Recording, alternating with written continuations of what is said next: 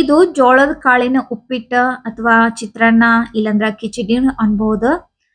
ತಿನ್ನಾಕ ಮಾತ್ರ ಬಹಳ ಟೇಸ್ಟಿ ಇತ್ರಿ. ಆಮೇಲೆ ಆರೋಗ್ಯಕ್ಕನು ಬಹಳ ಚಲೋ.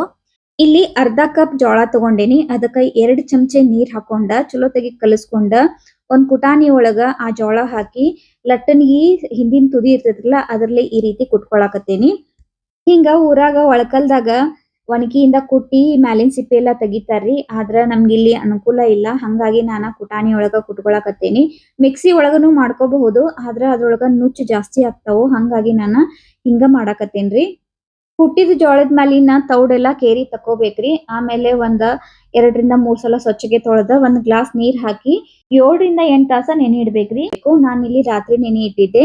ಈಗ ಬೆಳಗ್ಗೆ ಚಲೋತೆಗೆ ಜೋಳ ನೆನೆತಾವು. ಮತ್ತ ನಾನ ನೆನೆ ಹಾಕಿದ ಕಡ್ಲಿ ಕಾಳನ್ನು ಹಾಕಾಕತ್ತೀನಿ.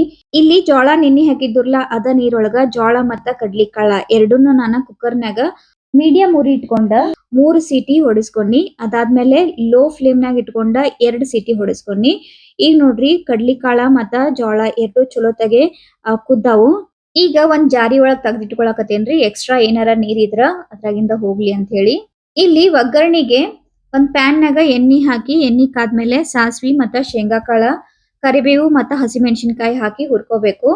ಉಳ್ಳಾಗಡ್ಡಿನೂ ಹಾಕಿ ಅದನ್ನು ಹುರ್ಕೊಂಡ ಬೀನ್ಸ್ ಮತ್ತ ಕ್ಯಾರೆಟ್ ಸಣ್ಣಗೆ ಕಟ್ ಮಾಡಿ ಹಾಕೊಂಡ ಸ್ವಲ್ಪ ಉಪ್ಪು ಹಾಕಿ ಅರಿಶಿನಾನು ಹಾಕಿ ಚಲೋತೆಗೆ ಇದನ್ನ ಹುರ್ಕೋಬೇಕು ನೋಡ್ರಿ.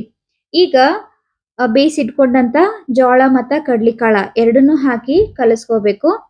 ಇದನ್ನ ನಾನು ಒಂದ್ 2 ನಿಮಿಷ ಲೋ ಫ್ಲೇಮ್ ನಾಗ ಬೇಯಿಸ್ಕೊಂಡೇನ್ರಿ. ಅದಾದ್ಮೇಲೆ ಮ್ಯಾಲ ಸಣ್ಣಗೆ ಕಟ್ ಮಾಡಿದಂತ ಕೊತ್ತಂಬರಿ ಮತ್ತ ಫ್ರೆಶ್ ಕೊಬ್ಬರಿ ತರದ್ ಹಾಕೊಂಡೇನ್ರಿ ಮತ್ತ ಲಿಂಬೆ ಹಣ್ಣ ಇದನ್ನೆಲ್ಲ ಚಂದಗೆ ಕಲಸ್ಕೊಂಡ್ರ ಈಗ ನೋಡ್ರಿ ರುಚಿಯಾದಂತ ಜೋಳದ ಉಪ್ಪಿಟ್ಟ ರೆಡಿ ಆಯ್ತ. ಇವತ್ತ ನಾನ್ ಇದ್ರ ಜೋಡಿ ಬೆಟಗೇರಿ ಚಟ್ನಿ ಮಾಡಿದ್ದೇರಿ. ಎರಡರದು ಕಾಂಬಿನೇಷನ್ ಸೂಪರ್ ಆಗಿತ್ತು. ಈ ಜೋಳದ ಕಾಳಿನ ಉಪ್ಪಿಟ್ಟ ಒಂದ್ಸಲ ಮಾಡಿ ನೋಡ್ರಿ. ಗ್ಯಾರಂಟಿ ಎಲ್ಲರಿಗೂ ಬಹಳ ಇಷ್ಟ ಆಗ್ತೈತ್ರಿ.